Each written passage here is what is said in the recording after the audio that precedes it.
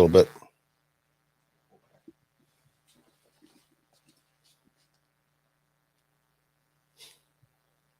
Oh, it went down. Got about 100 of them at my house. Welcome, everybody, to another edition of Tackle Shop Live.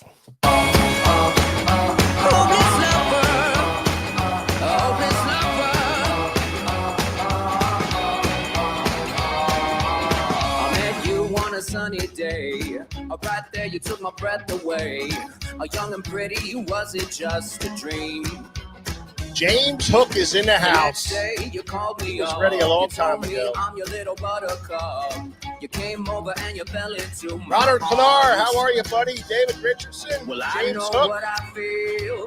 Please Yeah, tell any me second now, you better believe it, baby. We are live. Bradley, what's up, brother? Yeah. What's up, Chris? What's happening, brother? Joseph Cascarino. Johnny Kopp, what is up, brother? Good to see you. Mike Hayer. Howdy, howdy. Yeah, man. Galen Heathcote, what's up? Conway Hayden, James, yeah, it's Miller. Right on, brother. Miller time. Yep, we call that 5-star here at Susquehanna Fishing Tackle headquarters. Larry Shope. Matthew Weimer. Don't worry, Matthew. We didn't forget about them beers you brought us. We're saving them for special moments. Raymond Barton. Barry Wallace, what's up?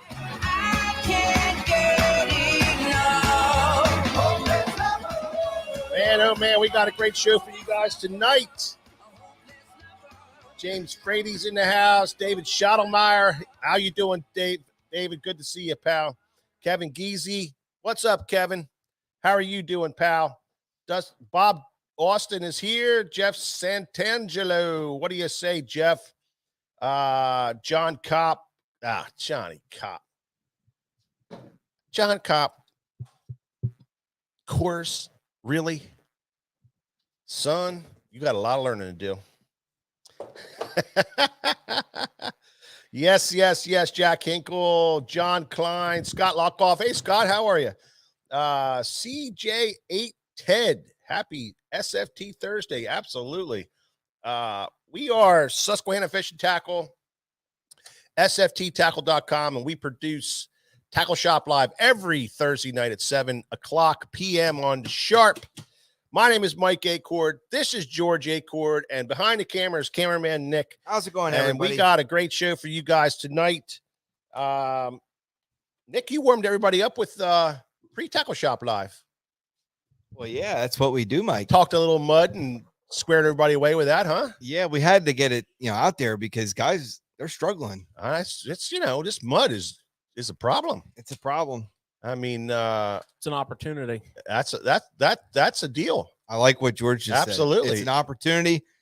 It's not a problem. It's an opportunity. You got to get out there and you got to keep fishing. So we had a great show on Fishing the Mud. That's right. A few weeks ago, and anybody who missed it can go back through the archives and rewatch it on YouTube, or you can go and listen to our podcast on it because I uploaded it on our podcast on any of your favorite podcast sites. All the shows that we record, we do upload to a podcasting service, and it goes out over all the popular podcasts. So you can listen to it on the way to work, or you can listen to it on a trip that you're taking onto your, you can listen to it while you're going to a tournament and driving somewhere. I know a lot of guys that do that also. So, make sure you check that out. And, tonight we have another great show for you guys. We're going to talk about wake baits as our topic for the night. We have some great tackle talk. We have some great tournament talk.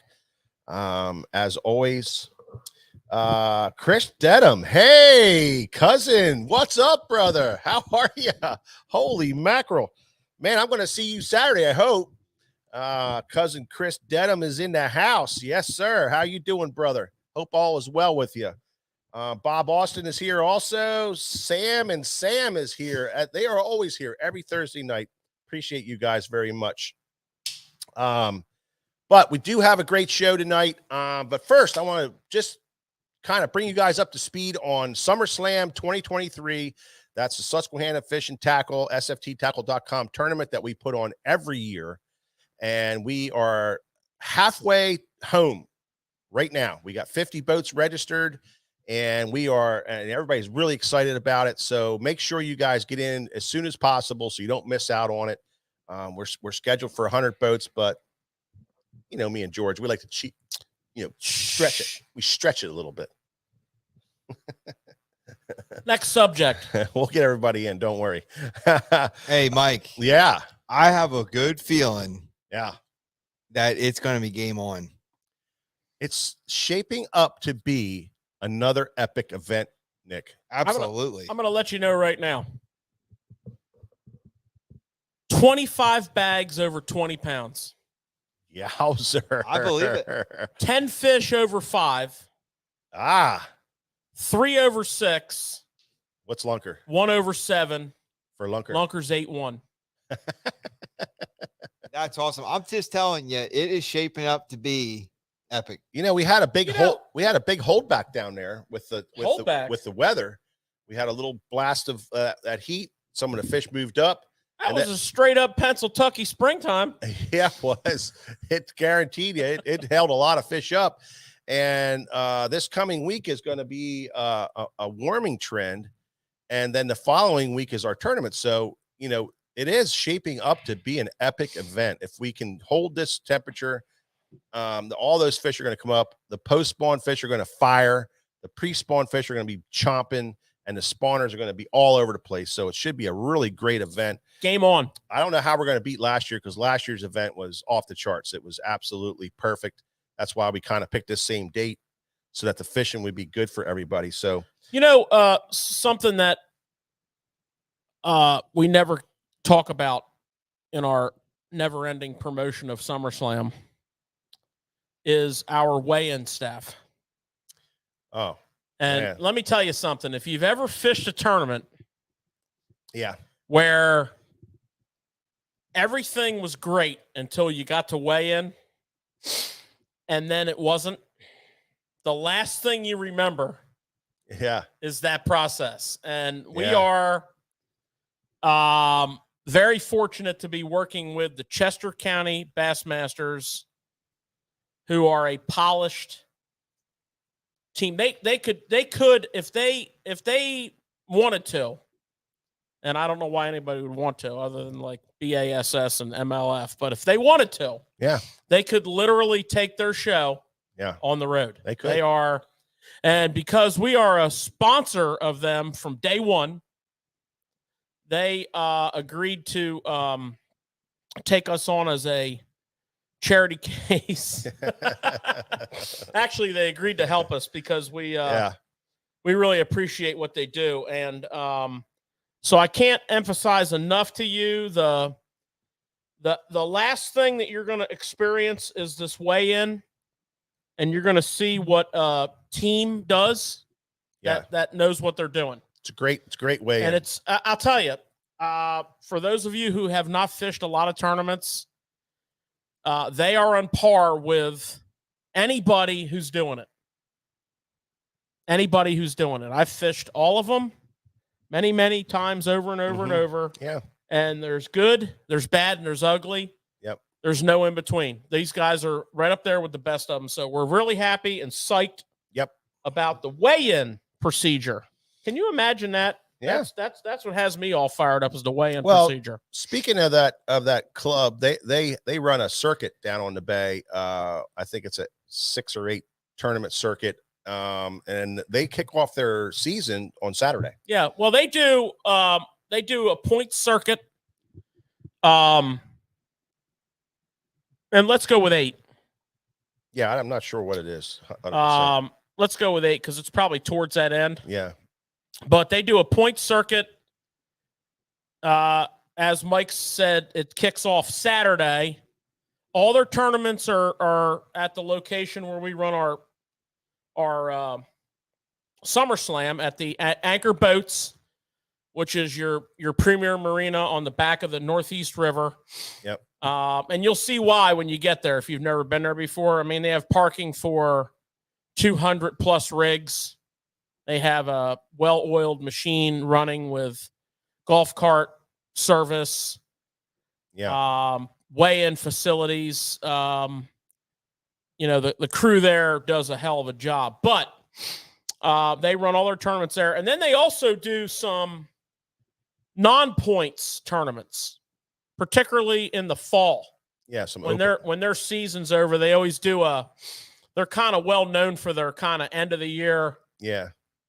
When you're jonesing for that last November tournament, quality, December, tournament, they'll throw one in there. They do one. And what's cool about their tournaments is, in this part of the world, for those of you who aren't from around here and you hear us talking about 100 boat tournaments, for us, that's a big thing. Yeah. I hear you loud and clear. I know from where a lot of you are from, that's not a big thing. 200 boat buddy tournaments is more average, 250. Hell, I've been on the lake in Oklahoma already when they launched a 350 boat buddy tournament. Yeah, but they were fishing for a skeeter. Well, all the team tournaments out there fish for boats. Yeah. That's that was Jimmy Houston's trail. Yeah. 350 boats. That's a regular event. Yeah. Not a championship event. Yeah. But for this part of the world, 100 boats is considered big. This Chester County Bassmasters group dances all around that number. They're 80 to 100 plus. I think I saw them do 130 one time. So They're kicking off this weekend. And if you want to get a taste of Chesapeake Bay bassing at its finest, jump in with them and fish everything you can right through the month, including SummerSlam. Yep. And then I think the Ike Group kicks off in the beginning of June, which is primo prime time. So you can get your tournament fix in with some of the best bass fishing in the mid-Atlantic states for size and numbers. Yeah. So come on down, join us. Yeah, for sure. And join them as well. For sure. So there's still time to get signed up for this big event.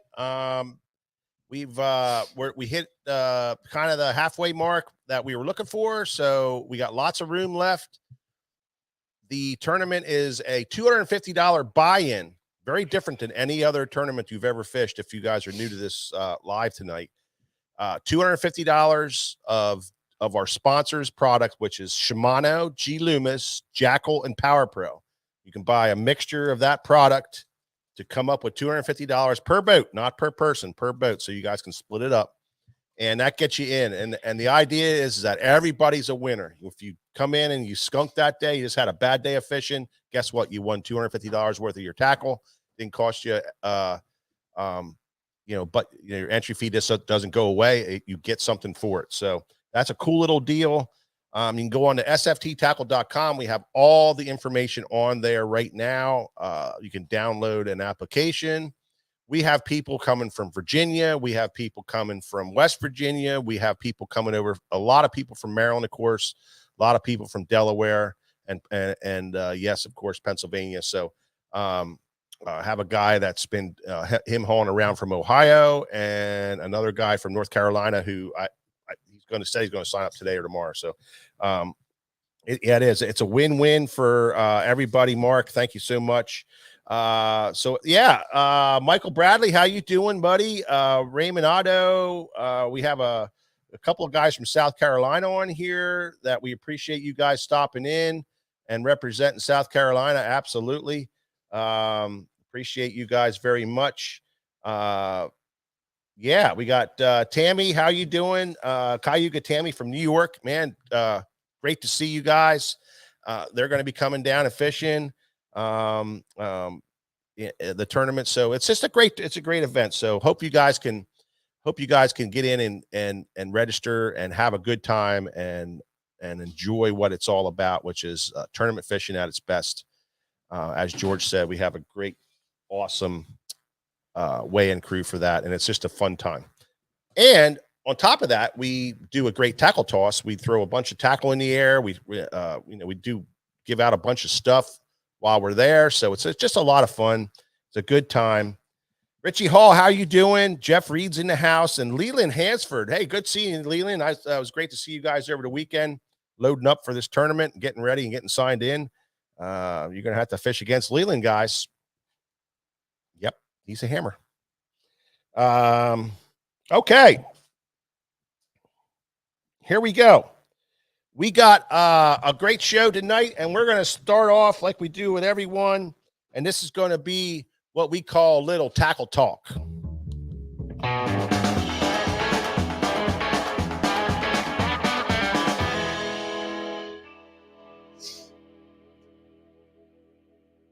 So every show we have a little blurb in here about some new tackles, some hot tackles, some tackle that may be old but needs to be talked about. What are we talking about tonight, George? Tackle. Yes. I have some really cool stuff tonight. I'm going to take you on a journey from A to Z. So I recommend. I'll count to 10. Everybody, run to the refrigerator, grab a pop, crack it. We're gonna have some fun, right? Yeah, right on. 1, 2. You're actually gonna do it. 3, 4, 5. Oh man. 6, 7, 8, 9, 10. Okay. Is everybody back? Yeah. Charles Daughtry's in the house. How you doing, Charles? Oh, well, of course he is. Yeah. That's our new guy right there. Yeah. That's our new Daiwa and Rapala rep. I wonder why he's asking if we're going to talk about Daiwa and Rapala. You might want to, Charles, just so you don't have to seek counseling tomorrow, you might want to not watch this next segment. No, we got you, buddy. We're going to talk about it tonight. We're going to talk about some Rapala tonight. Absolutely. Yeah, you're going to be in the fetal position sucking your thumb when I'm done here. So the first thing I want to talk to you guys about is something that we've been talking about for a couple weeks, but I want to expand on it. And it's the high density plastic craze that's starting to, it's like craze is a big word. It's a trend. Yeah. And it's got like a little following out there. And of course, what I'm referring to is this big popular blow up of the Yamatanuki, right? You know what Tanuki means? I think it means joy and happiness over in Hawaii, in the Hawaiian culture. No, Japan, it's a creature of some sort. It's like a half a raccoon and a half of a dog or something. And it means no. That's the guy from good luck. that's the guy from Guardians of the Galaxy. I didn't know his name was Tanuki though, but hey, what? No, it means good luck. It means good luck and good fortune. I checked it out. Well, that's pretty good on you. Yeah. You know how I know that? One of our customers stopped in today, and he works for a company that represents Japanese innovation here in the United States. So they whatever field they're in, they do like some of these guys import Japanese baits to the country. They import Japanese innovation to the company, and in their office they have one of these Tanukis.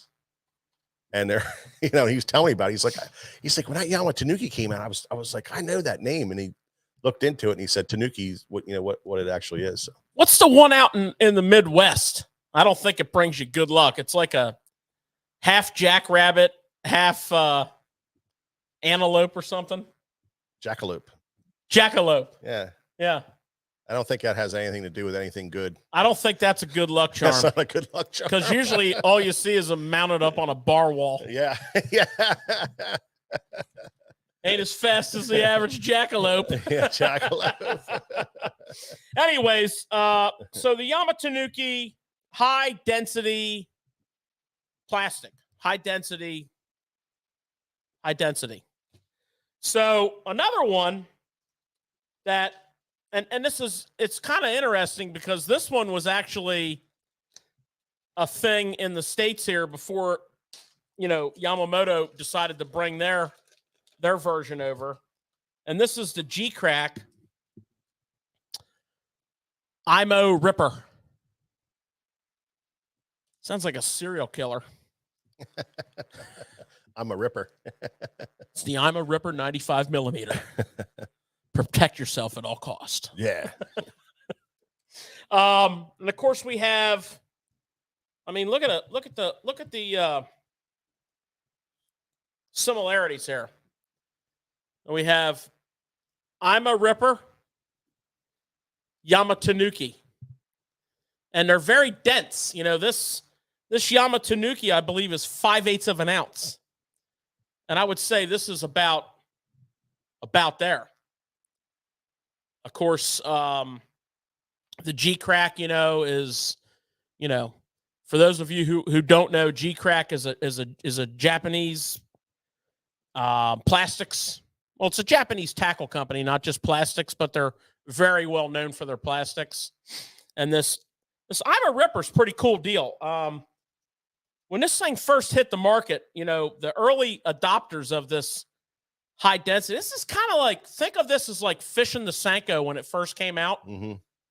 When you first learned about the Senko and you were told to fish it weightless. And, you were like, oh my God, weightless, and then it just hoovered fish out of the water, just raked them up.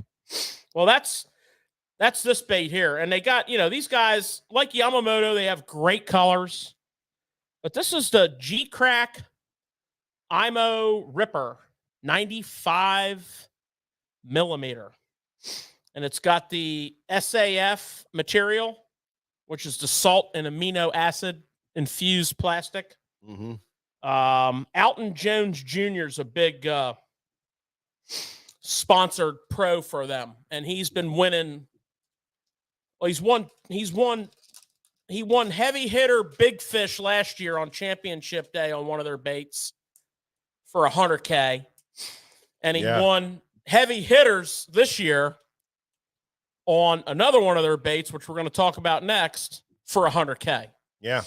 So, he kind of opened a lot of people's eyes up to the name, but a lot of you old school hardcore tackle guys, you were on this stuff like from the get-go. Yeah. Because we actually had some of our customers like whispering, like, you got to get the G-Crack in here several years ago because of the bellows gill. Right. So I want to talk to you about this bait that Alton Jones won $100 on. And it's called the Bellows Shad. All right. So we got the bellows gill.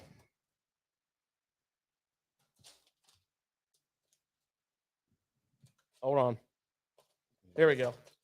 We got the bellows gill. Oh, wait a minute. I had the right bait. My bad. Bellows gill. 3.8. Okay. We've talked about this bait a lot, right? Flipping bait. Texas Rigget on the flat side. It's got the real deep fins. You can see kind of the core of the body in there. Mm-hmm. Another way they fish this is wacky rigging, which we're going to talk about that maybe next week. Nico rigging, actually. Well, the Bellows Shad is a more slender profile of the same bait. These are both 3.8 inches.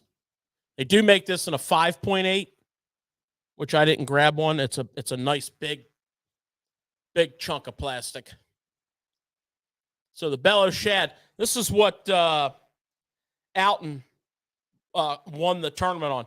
And what was cool was the stats were like he caught 29 fish and beat the entire field by a 50-something pound margin. And the whole rest of the field combined didn't even catch 29 fish. Yeah. And he was flipping flooded bushes with that bait. he was using it in a different color. I think he was using white. So that's the Bellows Shad. New addition to go along with the Bellows. Yeah, well, last year Gill. when he was fishing that, it wasn't even introduced yet. Well, last year he was fishing the Bellows Gill. Yeah. Yeah, but wasn't he talking about the bait that hasn't been released yet? And then He was talking about the Bellows Shad, yeah. but he was fishing the Bellows Gill. Yeah. Who knows? He might have been fishing a frickin' He's probably fishing a prototype of that, maybe. whatever. Yeah. But he's a big G-crack guy. You can see, a lot of these guys might not always fish their sponsors' baits. Most of them do try to. He's always got orange G-crack bags. Yeah. And, I like it. The stuff flat out catches fish. So I wanted to talk to you about the Bellows Shad, Bellows Gill combination, $100,000 bait. Wanted to talk to you about the high density, I'm a Ripper, Yamatanuki combination relationship. And there's other ones of these out there. Mm-hmm. They have some other baits you should check out, which we're not going to really do a deep dive on. The Spyron, which is a chunky boot foot bait. You can flip it. You can swim it. It's kind of a cool bait. It's got a little boot foot on a big chunk. Yeah. So you can flip it. And it's got the little boot foot swim bait action. You can swim it. Very unique bait. The Spyron. For all you Senko guys, they have the Yam Stick. And I'd like to personally recommend this one to you. If you like to fish a Senko, you'll love to fish a Yam Stick. I'm a Senko guy. I love Senkos. But this right here gets it done. I think it's the scent. But anyways, that's enough on G-Crack. Great stuff. Great stuff. It's got a very interesting scent to it. Fritos. Yeah, it smells like Fritos, really does. And it's definitely got a following, and it definitely catches fish. We have a lot of guys who are proponents of it here in the shop, and they buy it up, man. They come in here and they snatch it up and they flip it, and they love it this time of year, man. They love dragging it around and flipping it in the grass, and they make great flipping baits, great grass baits. And if you like flipping like a beaver style bait, I got one word for you. Baobab. Yeah. Look that one up. Anyways, Alton Jones Jr., congrats. 100K on your win. Heavy hitters on the new. Who caught the big fish? Oh, Mr. $400,000. Yeah. Brian Thrift. Oh. Brian Thrift, who won the Red Crest 300K. Then he caught on the last day of the tournament, the big fish is 100K. Yeah. He caught that flipping. And his comment was, I hate flipping. he got one bite all day. Most people only caught one fish. They were on Boosie Break, which is one of the best big bass lakes around. Most people only caught one fish. He had one bite. He caught one fish. It was a 9.6. It was worth 100K. Wow. He caught the right one. How about it? Yeah. So that was 2 tournaments, $400,000. Unbelievable. That's got his year set. That was 4 days of fishing for Red Crest and 4 days of fishing for heavy hitters. Heavy hitters. $400,000. $100,000 for the big fish is incredible. Yeah, it's good stuff. Flipping. Yep. Okay, so the next cool thing I want to talk to you about is a gear. We're always talking about micro module gears in the Shimano bait casting reels. And Big deal. That's a big deal. you know, everybody's always like, I like to see one. Well, guess what? I got one. So we're going to need a close up here, Nick. Get your 300 millimeter telephoto lens out. Go to an f-stop 16.5. So this is a drive gear. Okay. First of all, look how big it is. Well, this is not your normal size drive gear. This is a drive gear off of a specialized reel. But nonetheless, it's a drive gear. Drive gear off of Metanium. Right. Well, Metanium DC. Yeah. Yeah. But see how fine those teeth are? This is why they call it micro module. There's a whole bunch of small teeth as opposed to the standard way of doing it, which is fine, of, you know, chunkier, beefier, stronger teeth. Right? Well, it turns out when you have a whole bunch of teeth and then you take, this is a pinion gear, okay? So the pinion gear is what spins the spool. The spool engages right there. That little crossbar on your bait casting spool engages there, and the pinion gear turns your spool. And the drive gear turns the pinion gear, right? So look at the little teeth on the pinion gear. So you get a lot more surface contact in the same amount of space. And that is the concept of micro module gear. Yeah. So it equates to more torque out of your reel, you know, and less binding under, you know, extreme pressure. That's what it equates to. So you feel more of your retrieve. You got more power in your retrieve, and you know, rolling big spinner baits and stuff. You feel every vibration of the blade. You know, the reel isn't sucking it all up. That's the idea behind it.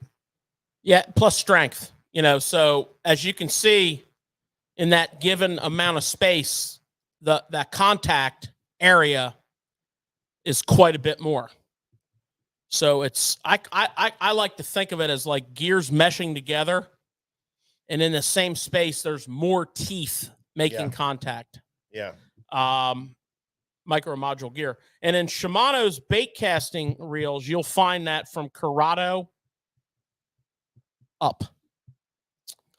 So Curado K up. You will get into a micro module gear.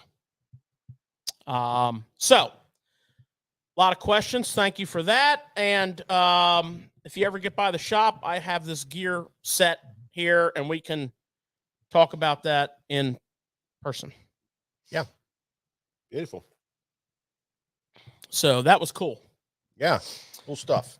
Let's see here. What else you got new tackle wise? Well, I got some high-end, some toys. I have some very rare Mega Bass rods. 2 models to be exact. Very limited quantities, of course.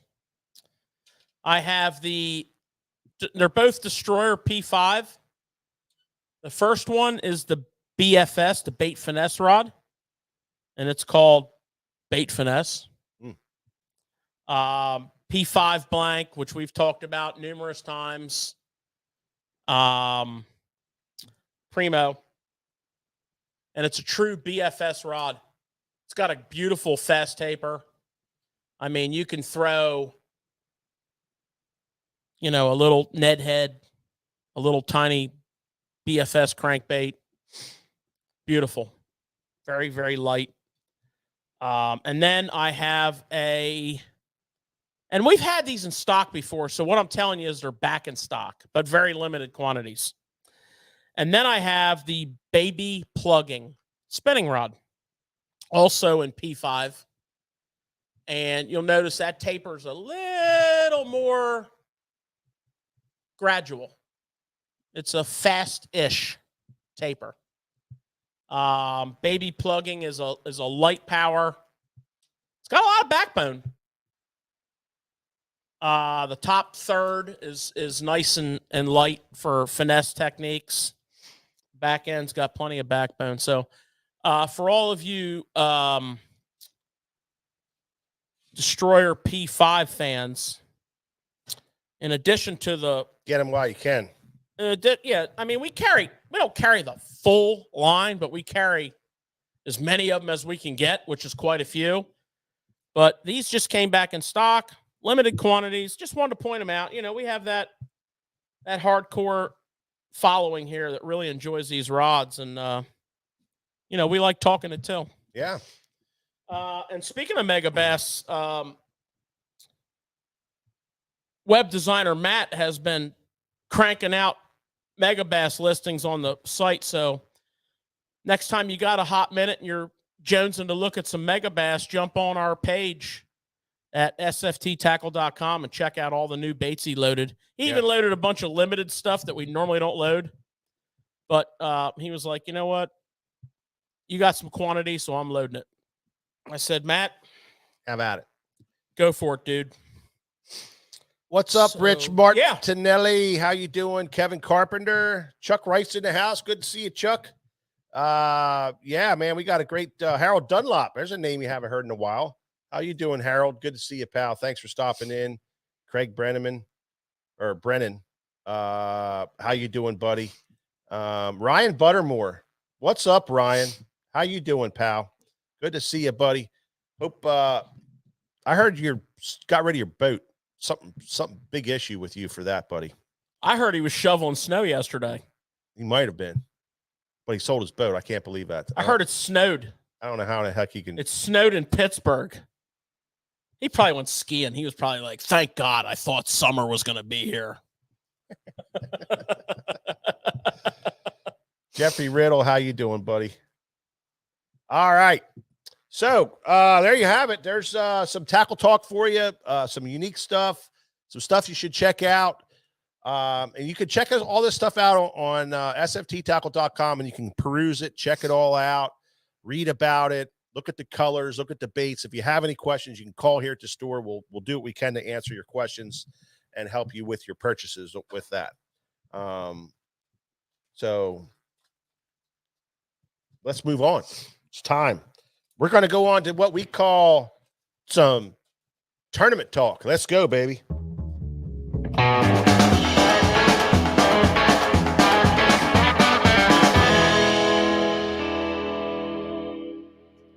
A lot of exciting tournament fishing the last couple of weeks. We've been loving it. We've been watching it on our TVs and streaming all of it, making sure we got all the coverage there. And today, I mean, the Open started yesterday. The second stop of the Open Series, and they're down on Kerr. They got a ton.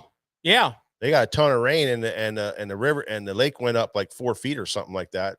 But yeah, lake's perfect for. But George said it's at his favorite level, 303. 301 to 303, baby. That's flipping the bushes. That's flipping the bushes and spinnerbait. Oh yeah.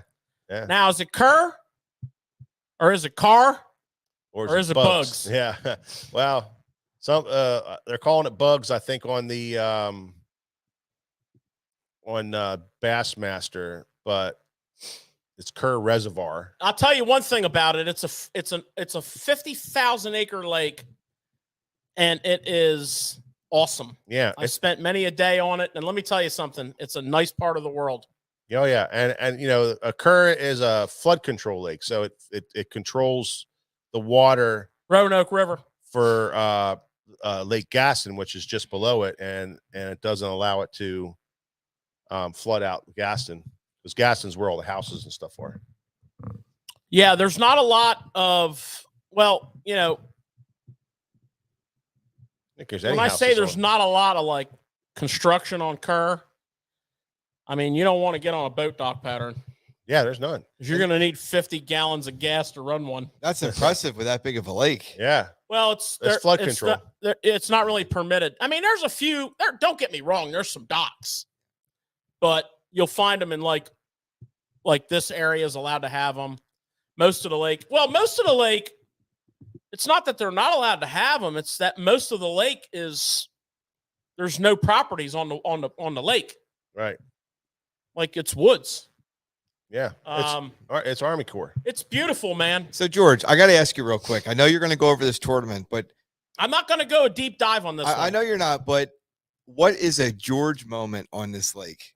On Kerr. Yeah. I actually called Mike one night from a creek. I was idle in this creek marking a certain kind of like lay down and beaver huts and certain trees. And I didn't even have to fish them. Every one of them I could flip a good fish on. And I was just idle in this creek right before dark, just waypointing them. So I could, like, you know how you wonder when you don't know the water and you're on a pattern and you're like, man, I wish I knew where there was like 30 more, because there's not a ton of that kind of stuff there. Well, I had like 30 of them marked in like 5 different creeks, and it's a big lake. It is a big lake. And I called Mike, and he's like, "What's up?" And I'm like, "Dude, I'm gonna win this tournament. I just want to let you know it's going down tomorrow, dog." And Famous last words. so the next morning, it started raining, and it poured. It rained 6 inches. Literally, they had to take boats into the Sears store in, I believe, Clarksville. In the store. It was on the news. Like, this guy's paddling the Sears and Roebuck 12-foot John boat underneath the fluorescent lights up near the ceiling because there was that much water in the store. We got people stranded in sporting goods aisle 2A. And yeah, so when I pulled into my first like killer area, I came off plane and I idled, and I had the trolling motor back in because it was super shallow. And I put the trolling motor down and I started blasting in, and I'm like picking up my flipping rod. And I just happened to look at the bank, and there's like 10 big bass swimming out. I'm like, what the heck? So I turned the boat around, and I got the trolling motor on like 10, trying to keep up with them. They are leaving. Somebody said something that pissed them off back there, man. Yeah, probably a big old mud storm coming. Well, the down. water was coming up. So, needless to say, that's my George story. That day, what was interesting fell about apart, that day was 2 things were interesting about that day. One, I hooked and landed 3 snapping turtles that bit my bait like a bass bite. I put them up in the boat too, man. And we had these sales reps that were trying to call on us at the time. That was like, there's in every walk of life, there's, you got your A guys, your B guys. Well, these were like they were trying to make it happen, and they were questionable. And they're like, this rain suit is the same company that makes Cabela's rain suits, and I want you to try one of these out at your tournament this weekend. I'm like, no, I'm good. I have a nice rain suit. I want you to carry these. These are the best. So he gives me this rain suit, right? And I'm looking at this forecast. And I'm like, you know what? I got a pretty good rain suit, but Brand new is better. I mean, this is the best. It's the best. So Gotta wear this thing. I'm strapped up in this new rain suit. I kid you not. And this is exactly what I told these guys. He did. I heard the conversation. He said, what'd you think of that rain suit? I said, I would have been drier if I fished without it on. It actually had a way of making me wetter than if it wasn't on. And it weighed, this thing absorbed so much water that it weighed like 25 pounds by the end of the day. It was horrible. Fortunately, I had my other suit in the boat, but it was kind of warm out. And I didn't realize how wet I was until I realized how wet I was. Anyways, that's a funny story from the Wayback Machine. Alan Kerr. I would encourage you guys, if you're looking for some new water to fish, to go to Kerr. And Casey Scanlon at the weigh-in today said that in the 4 days he pre-fished, he had over 200 bites.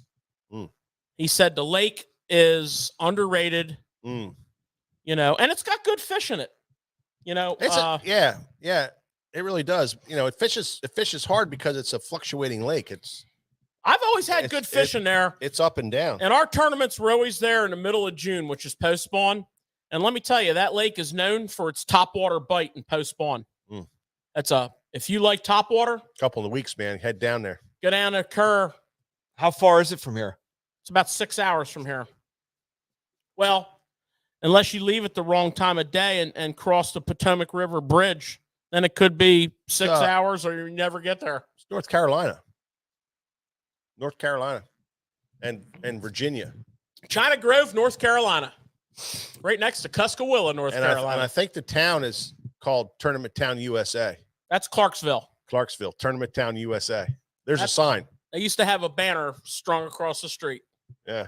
Tournament Town. Hey, it's a hell of a USA. lake. I encourage you. But anyways, 20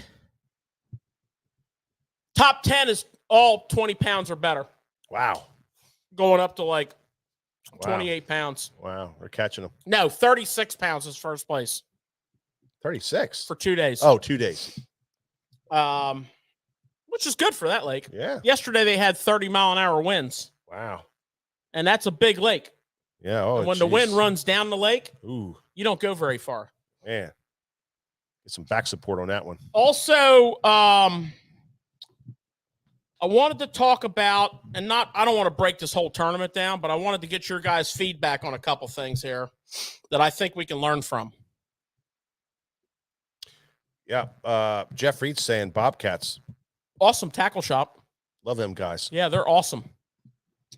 The Elite Series on Santee Cooper. So I got a couple things I want to talk over with you guys. I think we can learn a couple things. And we're not going to go deep dive on this stuff. Just the important nuggets.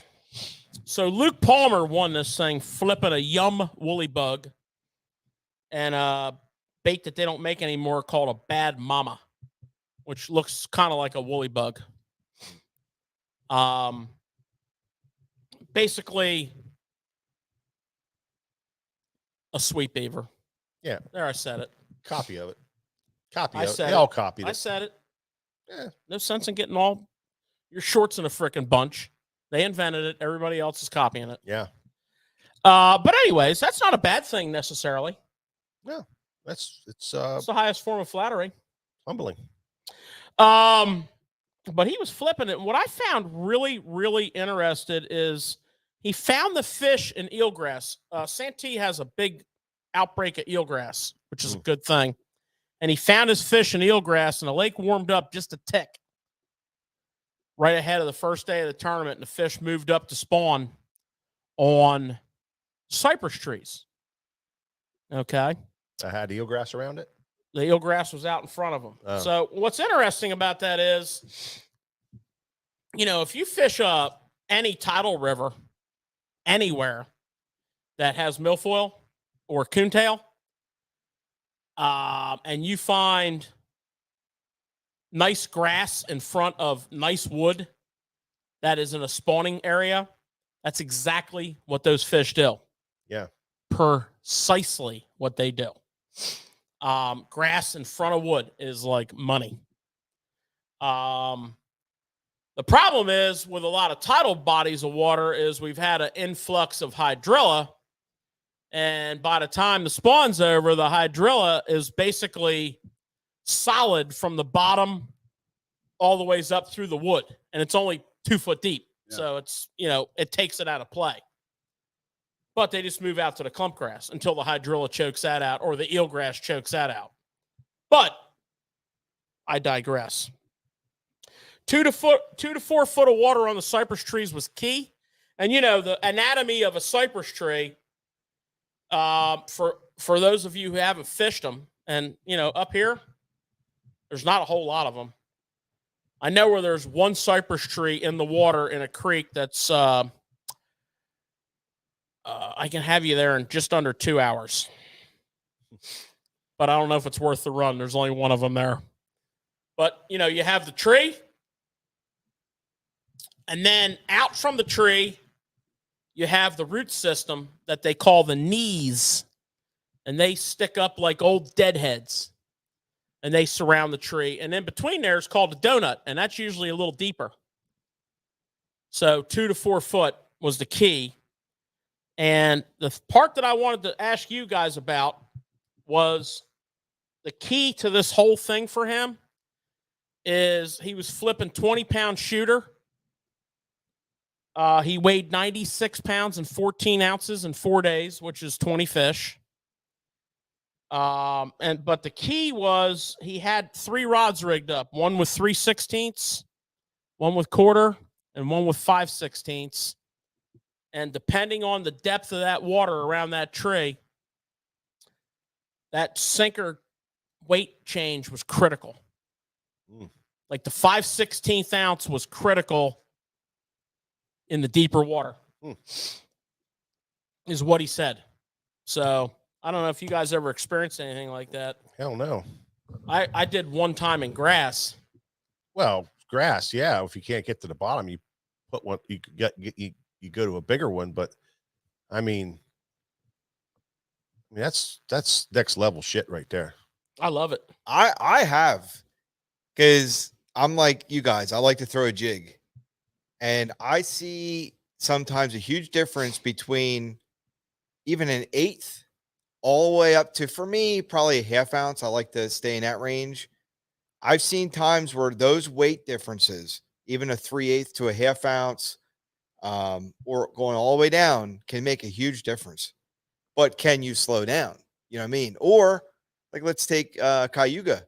Sometimes you need to throw some heavy weight to spark that bite. 3/4. Yeah, I mean, I've seen some. Of I mean, I this. get that in deeper water, but this is 2 to 4 feet, and you're throwing a 3/16, and you decide, and in 2 to 3 foot, and then all of a sudden you go to 4 foot and you put a 5/16 on. A 3/16 to me would get to the bottom just fine, you know, in my mind. Yeah. But these guys are next level shit going on there. He must have, in my mind, he must have knew that was the pattern. And Yeah. he's like, well, in his 3 or 4 days of fishing, Yeah. how am I really gonna get the Yeah. most out of it? I mean, that's And to the have only way. 3 rods rigged up, That's impressive. he was thinking something already. Yeah. You know what I mean? Oh, he was dialed in. I'm telling you, man, that's how you win those tournaments. That's how dialed in you are. Yep. Well, I remember when I went shopping for a green pumpkin crankbait one time. I thought I was dialed in on a green pumpkin pattern. Never had did, to have it. never did find that green pumpkin crankbait. Well, many years ago on the Potomac River, I was in a situation, and the guy I was fishing with was actually my co-angler. Well, my practice partner for that event's probably watching this show tonight. And we were fishing grass, which was not particularly thick. Like a 1/4 ounce got you to the bottom. Yeah. Or what you thought was the bottom. I mean, I thought I was on the bottom as Tony caught nice keeper after nice keeper after nice keeper behind me. And finally, we were comparing notes, and he had a 3/8 sinker on. And as soon as I put that 3/8 sinker on, I was getting to the bottom with the 1/4, but I was thumping the bottom with the 3/8. And I started cracking fish good. So, Oh yeah. I think not only do you need to know you're on the bottom, but sometimes you need to emphasize the fact that you're there. Yeah. You know, like kick the door in, knock the straps off both 9s, and go to work. Right? Telling you. So that, to me, and I highlighted it in my orange marker, which is high priority. That was the critical lesson of that situation that won that man $100,000. You can't deny it. Can't deny it. Now, the other thing that happened in that tournament, and I hope one of you guys picked up on this because I was blown away by the number of top 10 fishermen that did their damage on a wacky rig. Yeah. I'm talking. Yeah. I was watching that. What's his name? Cope. Brandon Cobb. Brandon Cobb. Yeah. He uses a Zoom fluke stick Yeah. and pinches the tail off of it. Mm. But I'm glad you brought him up because in my yellow highlighter here, which is a different level of severity, I marked out that Brandon Cobb. Excuse me, I have to refer to my notes. Brandon Cobb and two other pros who I didn't write their name down. When they racky rigged their bait, they did not use a band or an O-ring, and they punched the hook through the bait. Now, you're going to go through a lot more baits, but your hook is at a right angle to the bait. A true wacky rig. Yep. Right? I get that totally. And they get that. And that's what you do. Yeah. And then some of the pros were fishing and most notably a Nico rig, which is nothing more than a wacky rig with a nail weight in it. The Connecticut pro that finished in the top 10. Mueller. Mueller. Yeah, I always want to say Ferris Bueller. Bueller. Yeah, Mueller. He was Nico rigging, and what was interesting about his Nico rig, and I wish I had a hook and a worm here, but when he hooked his, so you put your nail in this end of the worm, right? We'll just use this for an example. You put your nail in this end of the worm, right? Right? And then you put your band here. He made sure when he put his hook through that his point was in, not out. In towards the weight. In towards the weight. And the line. Or no, in towards the weight. Right? Not out. So think about that. And that explains the positioning of the hook point, the hook eye relative to the weight. Because that weight's going down. Right. That weight's sitting on the bottom. You want your hook eye up here. Right. You don't want your hook eye. You don't want to put your hook in this way. Right. You want the bend of the hook on the end of the worm where the weight is. Point of the hook, the bend of the hook, the point of the hook facing the weight. The bend of the hook, not the eye of the hook, Right. on the end of the worm with the weight in it. Right. And hit now you can do that hook point out or hook point in.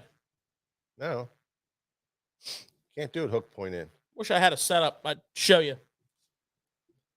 If the worms like this and your weight's right here and you come in this way like this, Let me grab a worm. the point is that the point's facing the right direction. I don't think there's any way you can do it the other way. What's up, Robert Bretz? Craig Brenneman? I can't, David Schottelmeyer, I can't remember the guy that used to own Bobcats, the old guy. Do you remember his name, George? No. But when we first started doing Timonium Bass Expo and then Richmond, the guy that owned Bobcats was an older fella and just a cool dude. I mean, hard to talk to, but a cool dude. And then he died, and then the guy that owns it now still has it, but he wasn't the original guy. So if I had a band on here, and I don't even need a band to do this, and I put my hook on like this, Yeah, that's the wrong way. my weight's here. Yeah, it's facing the wrong way. That's how Mueller was doing No, it. Mueller. You said Mueller had to Point in. Like this. That's not the wrong way. The eye of the hook needs to be up here. The weight is down here. This is on the bottom. Well, why'd you say you can do it both ways then? If you go that way, it's not. That's the way he was doing it. No, he wasn't. The point towards the weight. That's what you just originally told Okay, me. so no, I don't want to beat this to death, but here's the point. This is the point of the hook here. Right. Right. Okay. Down here's the weight. Right. The point of his hook was under his band like that. Point in. Worm point in. Right. Not Right. going under the band like this. Both hook eyes are up, but this point's out. His point was in. You mean, oh, so you're saying the point was dug in the worm? No, under a band. Just pretend that's a band. Yeah. It would look the same if that was under a band as Right. you would not see that portion of hook. Bring it the other way once. See the point? Yeah. Out, Yeah. eye up.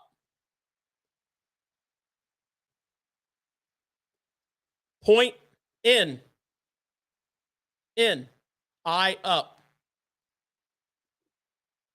Weight down, Nico rig. I just found that interesting. Probably doesn't mean a damn thing.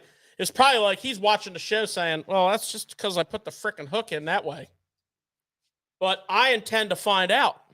I thought he didn't comment on that. No, Oh. I picked up on it. Oh. It's something that was curious to me. Oh. Okay. Now I'm getting somewhere. Nico rig. Okay. I thought that was pretty interesting. That's the way I rig it. The way he did. Point in, The same way he. point in, Yep. like this. Your hookup rates go up tremendously pointing like that. Point in. Yep. Good insight from cameraman Nick.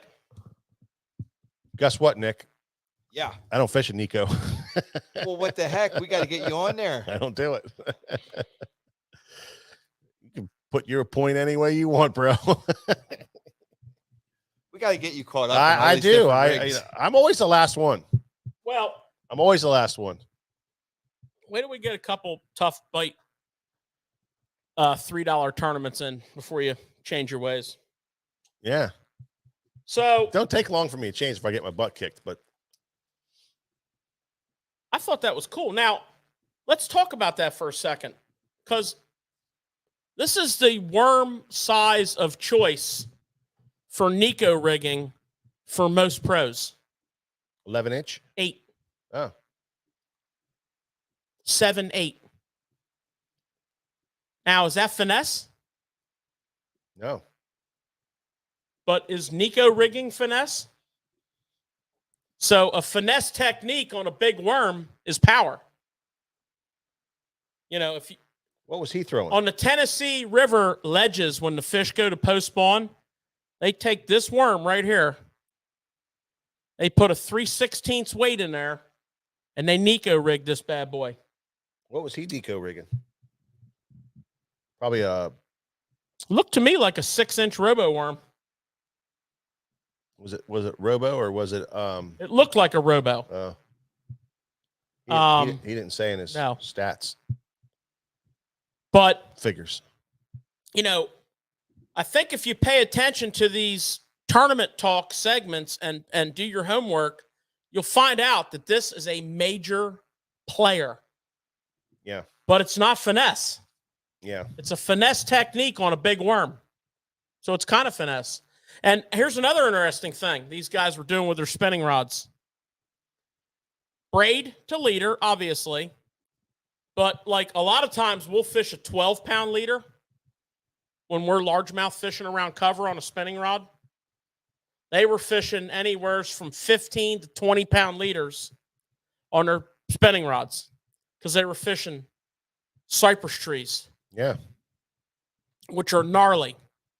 So, you They know, are badass, man. take that spinning rod with that braid on it and Nico rig a big worm and put a big leader on there. You know? This might be a dumb question, but if you're going to put 17-pound on your spinning rod as far as a leader? Is there a certain size braid that you should be using to tie to that? No. Doesn't it matter? Doesn't matter. I will tell you this much. If you're tying an Alberto knot and your leader weight is 12 pounds or heavier, before you trim your braid, when your knot's complete and you got to trim your ends, before you trim the braid, put 2 half hitches with the braid around the main line and snug them down tight against the top of the knot. If the leader is 12 or bigger. You follow what I'm saying, boys? Yep. Yeah. Because But in that situation where you're fishing around Cypress, I mean, and you're using that heavy leader, 15 or 20 pound leader, and you're, in that type of stuff, I would, if my personal opinion would be, minimum 20 pound braid, because, you're pulling, you got to pull that fish out. That thing, the tree comes down like this, and then it goes over a little bit, and these big things come up all around, this donut thing. And I mean, it's like prehistoric looking. I couldn't agree with you more. And you need to horsepower that fish out of there. Always going to wrap you up in that stuff. So, and these fish that they're catching the Santee weren't little. I mean, the guy caught 96 pounds. That's big. When you're looking at a power spinning setup, as fishermen, we really get into our own world. And what I mean by that is I'd be willing to venture a guess 99% of all bass fishermen's, not 99, 90% of all bass fishermen's spinning rod setups are 2,500 or 3,000 size reels. Now, Daiwa's 3,000 size is a bigger diameter spool. So you can't really use that as a comparison. Most of their 3,000s are a true diameter size difference. But a lot of other companies, it's the depth of the spool, not the diameter. I'm going to tell you, when you're doing if you're a power spinning guy, if you're a Santee Cooper, wacky rig skipping, and I hope to tell you, if you watch these guys with that spinning rod, Skip, tacticians. I'm talking, they were putting that worm between the bark and the tree. Mm. That's close. When you get between the bark and the tree, that's close. Mm-hmm. And, power finesse. So 7.1 to 7.3, medium heavy spinning. And, I wouldn't have a problem jumping up to a 4,000 or a 40 size reel. Yeah. Or like a Daiwa 3,000. Like a Shimano 4,000, a Daiwa 3,000, a Lew's 40. I got no problem with that. And if you buy like a Vanford or a Tatula with the fiber bodies, they're lighter than most 2,500s. So your balance is going to be there. It's not going to be real heavy. Food for thought. I didn't even have that written down in my notes, or else it would have been in a blue highlighter. Blue for tackle. All right. So yeah. Is that a wrap up on that? Pretty much. Yeah, pretty much. I wanted to point out that, like the bang stick from Z-Man, if you follow Gray Buck and you're a Gray Buck guy, I'm a Gray Buck guy. he is a Nico and a wacky, I'll say it, freak. Mm-hmm. He's just a freak when it comes to that. Yeah. And, he makes a lot of money on a Nico and a wacky, and he fishes a bang stick. And what's cool about Z-Man is you don't need a band. Once you put that hook through there, it ain't coming out. Yeah. You can skin hook that bad boy, and it's like you have an O-ring on there. Yeah. Just saying. Now, the nail weight has to be, you have to use their nail weight. They have a little spiked nail weight that goes up in there, but I'm just saying, bang sticks for life. Yeah, I just wanted to give a quick shout out too in that tournament to GDP. I mean, last minute heroics, last cast, yeah, getting into that cut 410, and then that's a $10,000 cast. That's right, and then he made some noise on day 3, moved all the way up to 33rd. So I think that's pretty cool. Oh yeah, he's a baller. Yep. Yeah, we definitely love that maneuver right there. So I mean, we learned some stuff here. Yeah, absolutely. Well, there you have it. What do you There's think of that, there's Nick? there's some great tournament I talk. love it. And we do always learn something off of tournament talk. That's why we talk about it. Little tidbits of information to help you become a better fisherman, for sure. So that's why we do that. Really, yeah. Greg DePalma did great. Yeah, Kevin Carpenter. He did really good. We were really happy. You know, he's always grinding us right to the last minute. You know. Making us sweating it It's out. making us sweat it out all the time. So we're real proud of him, real happy for him, and all that kind of good stuff. All right, we're going to move on to the topic at night, and that's we're gonna talk about wake baits. What about the new segment? What new segment? Breaking down the draft. No, we're not doing a draft. Philly dominated the draft and we're winning the Super Bowl. That's yeah, our new yeah, segment. Mike doesn't want to talk about the draft.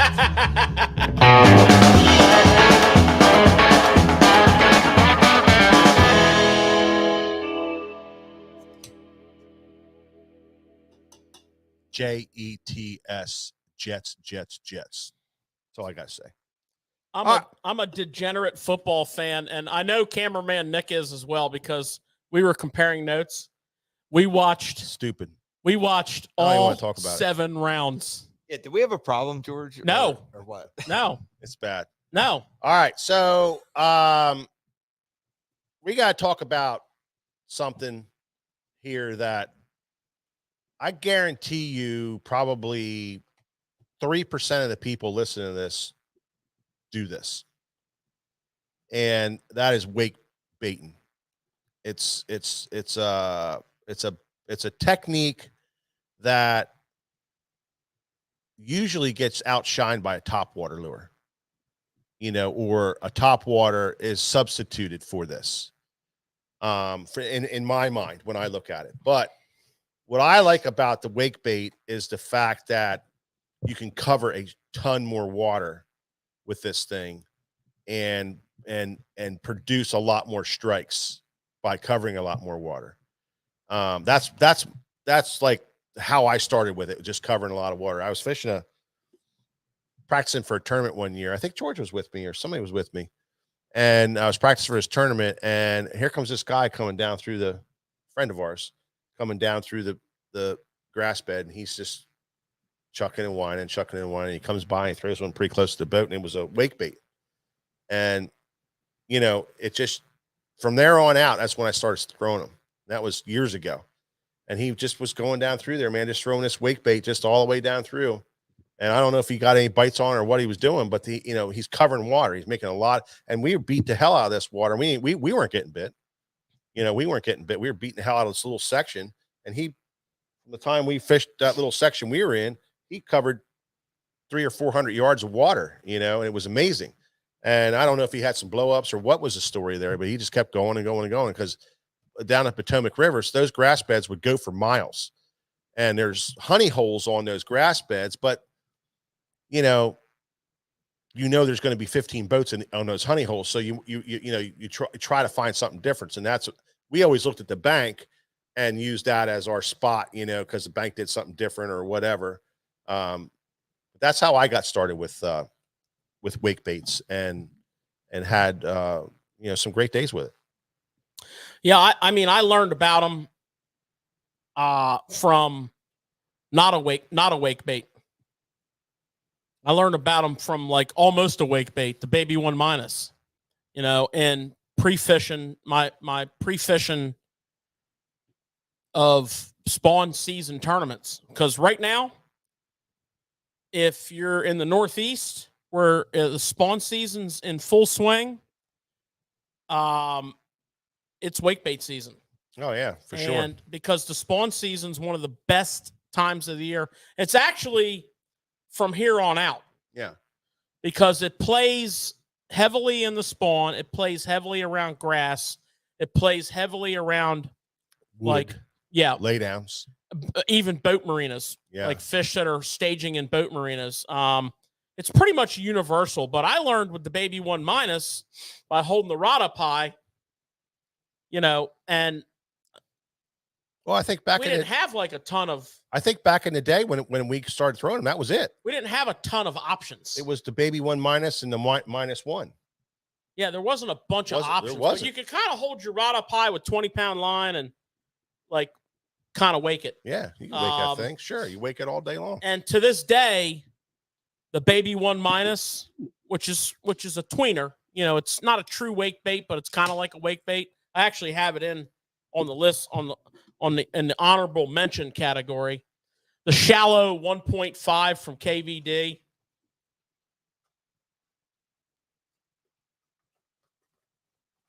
And the baby 1 minus. The shallow, this is the baby 1 minus of the KVD family, and of course the baby 1 minus, the chartreuse color.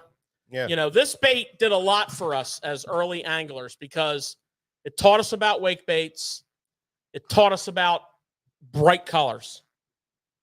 You know, we didn't know about bright colors until we started fishing this bait, and reds and chartreuses. There was an angler from Kentucky Lake, Paducah, Kentucky, to be exact, by the name of Dan Moorhead. Was a Elite Series top 150 and Elite Series pro who won a major tour event on the Potomac River in Broad Creek, cranking a lime colored, kind of see-through, crystal glow baby 1 minus, and, you know, quasi waking it over the grass. And he talked about how he could fish it all the ways down to low tide, and they were just eating that thing. And he put that on the map and turned us all onto it. And that's the journey began there.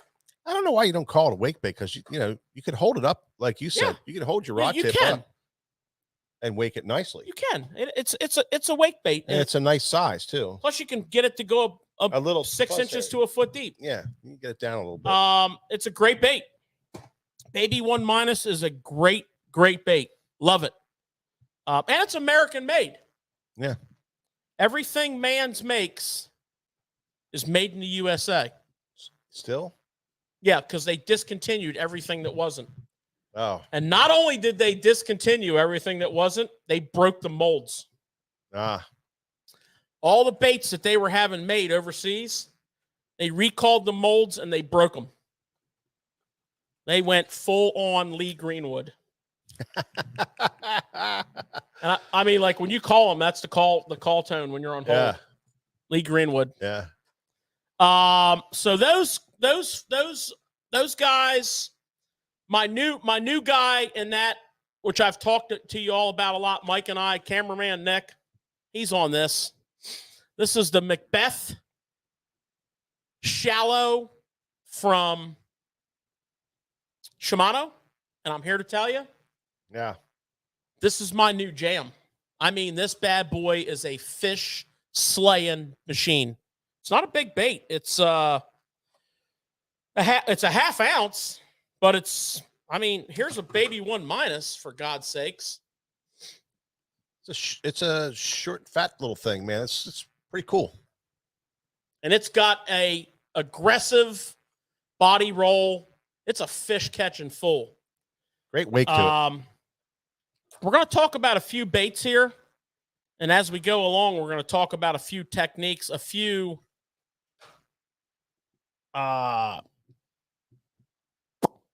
important things about wake baits. And one of them is the tackle. So I want to ask you guys. The problem with it is it's a crankbait. Yeah. And the second problem is you're in heavy cover.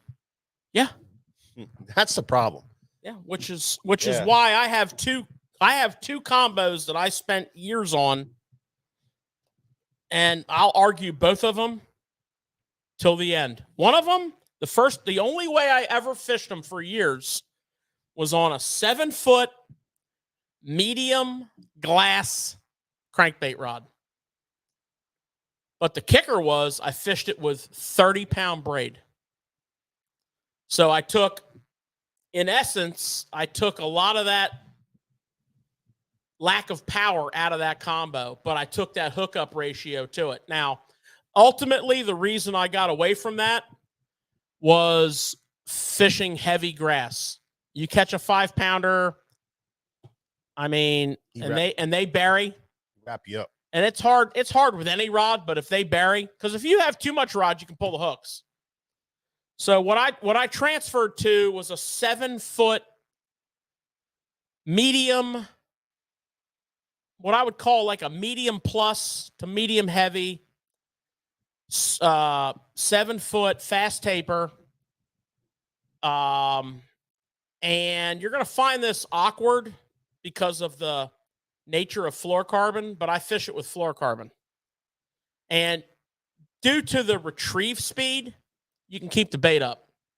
Mm. It's not like a top water where you're working a pop R and the line starts to sag in the water and pulls the pop R nose down. It kind of does, but you're winding it. So, you can do mono on that combination also, but I do fluoro on that. And I do between 15 and 20 pound fluoro on that. I usually don't go to 20 because 20's gnarly. I'll go to like a small bait trying to 17 or an throw it. 18. Yeah, You trying know. to throw 20, man. A light bait like that. 15, 16 sniper. Listen, that stuff is wicked. What about you guys? Well, On these kind of baits here, what are we talking? What do you guys like? I realized that these baits were fishing over heavy cover, so I want a power rod. I have a power rod in there. And I rely on myself dropping the bait into the fish's mouth. You know what I'm saying? I rely on high rod, bringing it along, doing the thing, get the bite, and dropping that rod like this, and allowing that bait to get dropped into the fish's mouth and have him turn away. And that takes a little bit, but I've always been a good patient person topwater fishing, even with poppers and different baits, where I could just let the fish just turn on it and really get a good hook, and didn't really miss a lot of topwater fish when it came to that kind of stuff, because I always held my rod high. I always dropped my rod and basically dropped the bait in the fish's mouth. And guys, you know what I'm talking about when you say that. But so I'd rather have a little bit more powerful rod to pull them out of there. So I like the graphite medium fast taper, heavy, medium heavy, heavy-ish, even 7.2, maybe not medium heavy, but a 7.2 medium fast taper. Something that you can really lean on, because I'm telling you, man, these fish getting that grass, you're done. Especially with a crankbait, because they could use that so much leverage here to pop those hooks out. So I always just learn to drop, not rely on the rod to help me with the hook set, but just drop the rod and let the bait drop in their mouth and then set the hook on them. What are you liking there, Nick? I like a 7'1" medium, but I'm going to go with the 30-pound braid On the wake. on the wake. I like it. I think one of the most critical things is what Mike said about your rod tip. Yeah. Keep your rod tip up. Yeah. And I don't think you can go wrong with that. With the 1- though, I don't like to use the braid because of the hook sometimes, or maybe you beef up the hooks a little bit. But that's where I don't like their hooks. Yeah, I might beef up the hooks a little bit if I'm going to use the braid. But if not, then you go mono or the fluoro or something like that. Yeah, the baby 1- hooks I swap out. And we talked about hooks till we're blue in the face. I don't even know how there could be another brand of hooks. There's so many brands back there, and they're all great. Pick out a good quality hook. And if you need, if you really want to learn about hooks, look for our hook show we did a couple years ago or a year and a half ago. I mean, we did a deep dive on hooks, and we'll do it again. And George, I'm also going with the 8:1 gear ratio. Okay. With that, But That's interesting. I am so excited. I know you've been talking up that Macbeth, Oh, dude. and I can't wait. Yeah. I've been cracking them hard on that thing now for 2 years. Yep. I got some samples. I got a nice little sample kit, and I tell you, smallmouth, largemouth, you name the type of body of water, I'll have one tied on from now until fall. The other thing I wanted to point out in the smaller, I call these the smaller. I call these the, I do 3 sizes in my categories. This is actually working from small to big. I also want to point out, and this is one Mike really likes. It comes in 2 sizes, the 50 and the 60. The 50, little Fat John 50. That's kind of like that baby 1- game too. Yeah. So's the 60. It's you hold your rod high, you can wake it real nice, and it does give you the ability to drop it just under the surface. And It's the same size as the Macbeth, but you know what's interesting here? 1/2 ounce, 3/8. So very castable. You know what else is interesting? Gamakatsu hooks. amen. That's good. So I hate changing hooks. so do I. These come with great hooks. I don't know what the brand is. These are Gamakatsus. All the rest of them you need to change out. And George, with those smaller ones, I forgot to say this with the rod. One of the reasons why I pick the 7'1" medium is because I don't want a broomstick when I'm trying to cast those smaller baits. It's a lot easier to cast it with, something that's going to have a little more. Well, that's just it. know. Especially when you're dealing with fishing around trees. Your accuracy is everything when fishing a wake bait around trees. If you throw off a little bit, you're stuck in a tree. So you got to have very laser beam accuracy. So a little bit of tip. That's why that medium. I like a little longer rod, 7'1", 7'2", medium fast taper. Not even a fast, just a regular fast. Allows you to load that tip up nice and get that nice cast really close to the wood. You got to get real close to the wood. It's almost like casting a spinner bait, like that type of thing, and bringing it out over all that Accuracy. that timber. And it's got to be very accurate. It's always accuracy. Yeah, you got to be very, very accurate around the trees, and it's just hard to do with a lobby rod or It's always accuracy, heavy man. line. Heavy line really screws you up.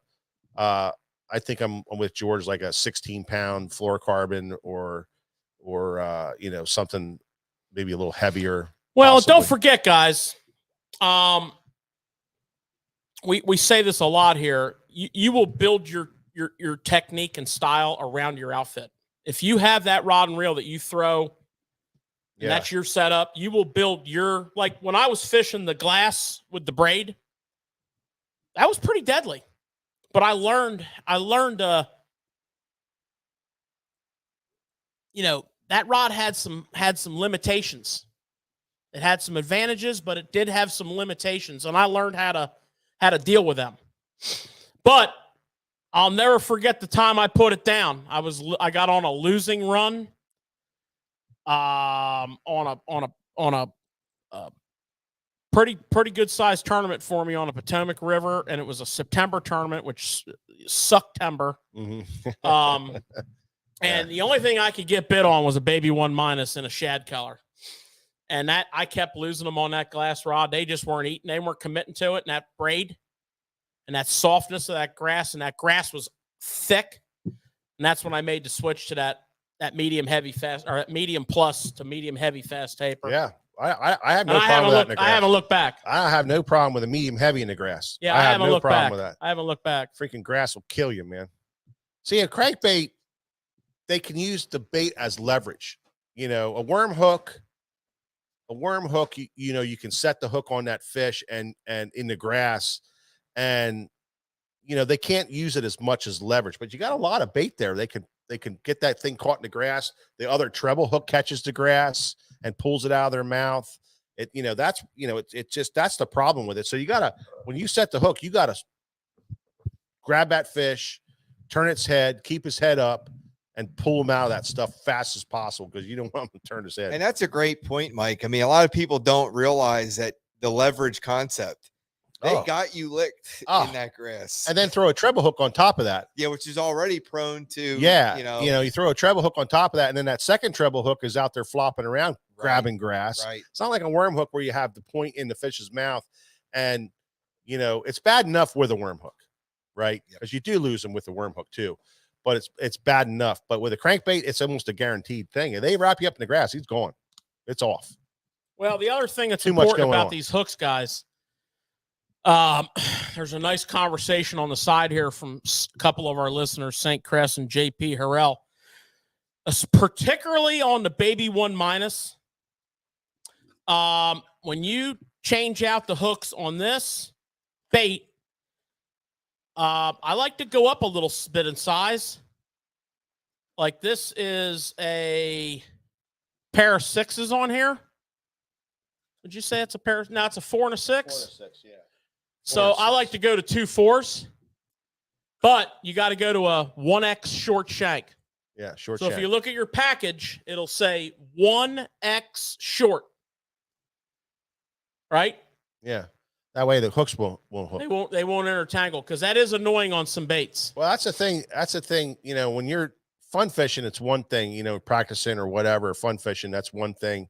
You know, but you want to oversize your hooks as much as possible, whenever possible.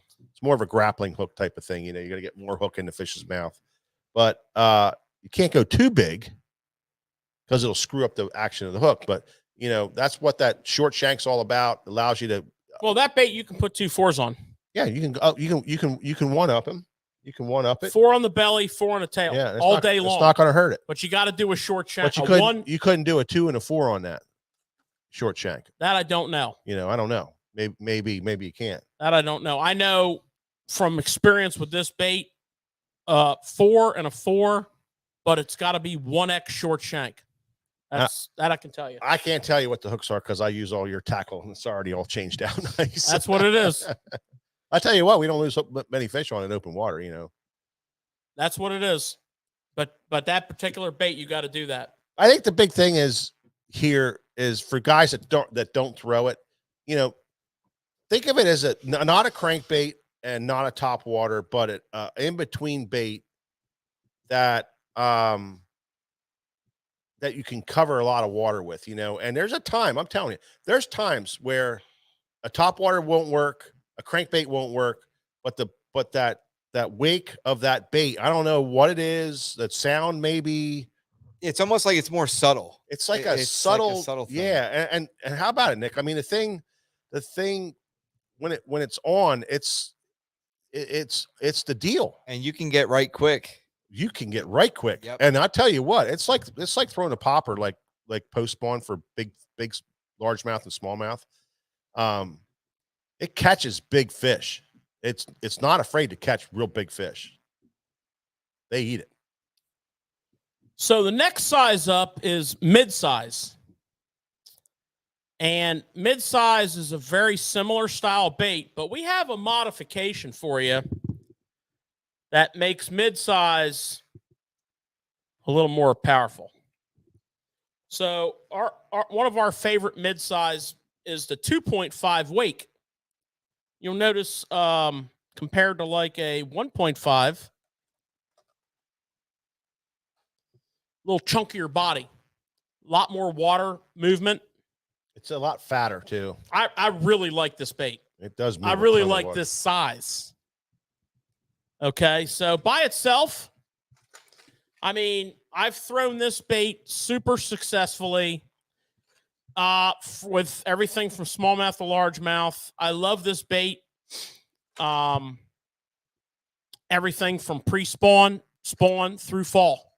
One of the best days I ever had this bait was in the fall on fish that were in 2 foot of water that were schooling on big shad. And this thing was money, open water. So we got a modification for you. A trick. I'm actually going to show you on this smaller bait because I don't feel like opening that one up. And I didn't bring a box of them with me. So, oh boy. We're going to put this hitchhiker on here. This is actually a owner CPS medium size.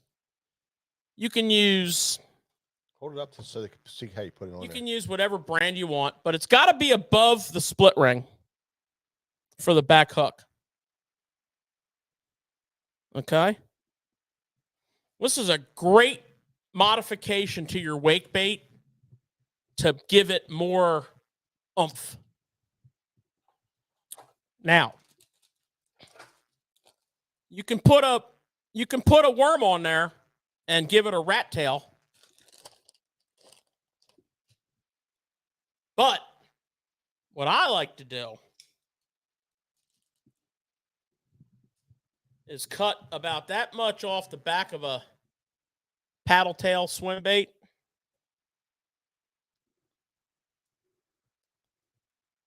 And Yeah. screw that on there. We had a buddy show us this long time He's ago. on the show. Is he? Long time ago, he showed us this, man. Captain Carl. And it's been And he learned it from Fred Rumbanis. So now you have it doesn't work on a small bait like that. no. but I specifically said I was going to use a small bait because I didn't want to open a bigger one. Yeah, you want to be on this size. got to be on that bigger size bait. This fights this. This thing's trying to swim and hold the bait up. This thing's trying to pull the nose, into the water, and they fight each other, and you get Crazy. a big sassy. Yeah. You get a big sassy tail wash with this thing swimming, and it is frickin' money. I love it when I'm around big fish, and the bait fish are bigger. Real good in the fall. Yeah, I mean, Post it's spawners, summertime through summertime. fall. Love it. Or anytime you're around big fish with big bait, money. That's a tweak for you. That's courtesy of Fred Boom Boom Rubanis via Captain Carl Bunch. Yeah. Great Great idea. Great fish catching setup right fish there. catching machine. Yep. But try it on the bigger 2.5 wake as opposed to the smaller. Yeah. You need a little bit more. The littler guy. I mean, it'll work on here. I'd go to a smaller tail, maybe Yeah. a worm, Yeah. Cut it down a little or bit. go to a worm. Yeah. Put a 4-inch worm on there.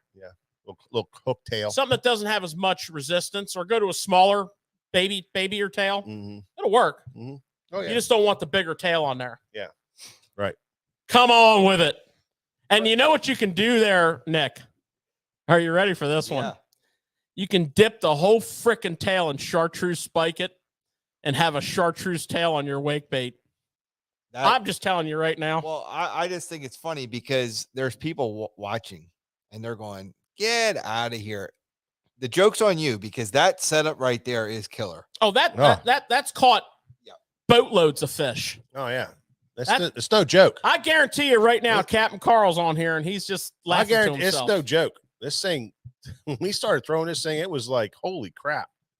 You get explosive bites on it, and it draws them up, draws the big fish up, Oh, they smoke it. especially in the summertime. I love it. I love it. I'll tell you when I love it. When I'm on a big tidal grass flat, and as the tide goes out, this is more, post spawn when the grass is, not necessarily topped out, but as the real tide close. goes out, like patches of grass will become like resistance to the water and hold it back a little bit, and water finds its easiest path, so it'll like go between them, and you'll get like a run out, like a little gutter of water that's accelerated with like the grass here, and you got like this little tiny window, man, when big fish position on those corners. Oh man, this thing is the bomb under that. I mean, there's other bait. Listen, there's a lot of baits that work in that situation, but don't overlook the wake bait Yeah. in post spawn on grass. Yeah. And if you're around big fish, 3, 4, 5 pounders, don't overlook that swim bait tail. Do not Yep. overlook that. What would you say is the last category of wake baits that we talk about? Well, what I would call rats and big swim bait wake baits. Now, there's going to be some different sizes there. Oh yeah. Like that little thing right there, that's a charm bracelet. We don't even fish with that. What's that thing that you have? What's that bracelet? You get a charm and put it on a bracelet? Yeah, I hear you. Yeah, you get that at the Hallmark store. I'll throw that little one every now and again. This bad boy right here and this bad boy right here. Now you got you some wake baits. This is the Spro Rat. These are not big. We catch a lot of smallmouth on this. This right here, if you think about it and you take the tail out of the picture, other than the mass of the body, it's the same size as a Super Spook. So these baits are optical illusions to you if you're not new to this. But what they are is articulated body clicking wake baits, body roll, swim bait, wake bait hybrid rats with their big old rat tail, kind of like we just got done talking about. Can you say that? Clicking, articulated body, body rolling. Huh? Sounds like I'm selling a Chevy pickup you truck. had it all right in there, man. Damn right. You had it all going on. Now you are going to have to step the rod up a little bit. 1 ounce, 2.5. You're going to throw this on your swim bait rod. You're going to throw this on your 8-foot, heavy powered to extra heavy powered swim bait rod. You're going to throw this on your, like your frogging rod. Heavy power, not too heavy. You can actually throw this on a 7.2 heavy rod. Not like a swim bait rod, like a rod you pitch with or frog with. Killer freaking baits. These baits are killer. They draw up big fish. And then the top size profile, which we've talked about earlier, is epitomized by this is the Tactical Wake from River to Sea. The boys over at Tactical Bass designed this. This is a big old waker. Big body roll, like swim bait, wake bait hybrid. A little bit bigger than the Spro Frog. Spro Rat. Rat, I mean. A little bit bigger. A little bit heavier, a little bigger presence, but these are the big boys. Very, very effective right now. Yeah. Very, very effective right now. So, wanted to point those out to you. You're going to fish these bigger baits like the Spro Rat, the 50 size rat, and the Tactical on the heavier swim bait rod with the 20 to 25 pound line. One other thing too, before we get into any of those other baits, George, is speed of retrieve. What do you say that's pretty critical, Nick, as far as what you're trying to accomplish? Yeah, I don't think you want to be bringing it across the water like you would a buzzbait or anything like that. I think if you're fishing post spawn, a lot of those fish are in a mood, and that wake baits tend to provoke that mood into wanting to attack that bait if you use it right with the right patience. Yeah, I mean, I think speed is everything, from a slow woggle kind of retrieve to bringing it, pretty good, not like a buzzbait, of course, but you can bring them pretty fast. So, and everything in between, I think. And just like any cadence that you would do with a jerk bait, any cadence you would do with a top water, any cadence you would do with a lot of your jigging, that kind of thing, you have to determine that cadence for the day. So but don't be afraid to just slow wake the baits through the timber, through the grass. And then at the same time, don't be afraid to bring it pretty good. And then everything in between, make sure you try all the different cadences, because speed does make a difference. Well, and the fish and bait are going to tell you a lot of it too, because a lot of it, if you reel them too quick, they'll dig down. Yeah. And you don't want that either. So, I mean, it'll tell you.